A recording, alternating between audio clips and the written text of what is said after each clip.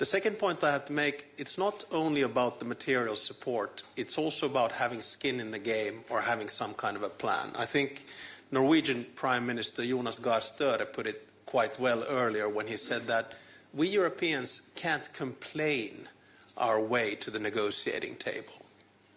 And my worry is that in the past 2 weeks, when we've seen a shift in the transatlantic partnership, and you'll know that I'm an avid transatlanticist, we have to wake up to a new reality. And then the question is, how do we get skin in the game? How do we get involved? I think a good start is what President Costa has done, is to call a European Council, because right now European diplomacy is rather cacophonic. It's all over the place. That's why I have, together with some colleagues, proposed that we sit down and think about a plan. And in my mind, that plan or sketch goes in 3 phases.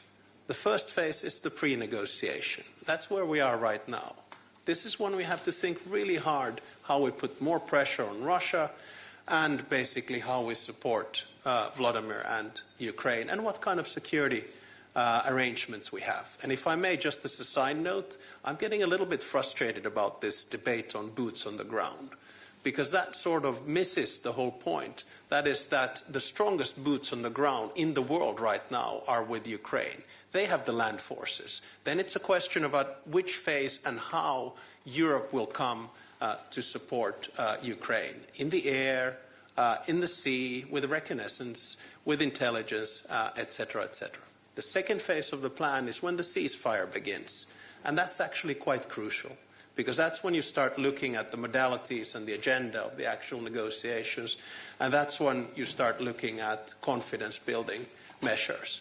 And then the third phase is the peace process, and that's when you start talking about the big issues of territory, and that's when you start talking basically about recompensation, about justice, which President Zelensky was talking about earlier. So what I'm trying to say is that I think we in Europe, we need to get our act together.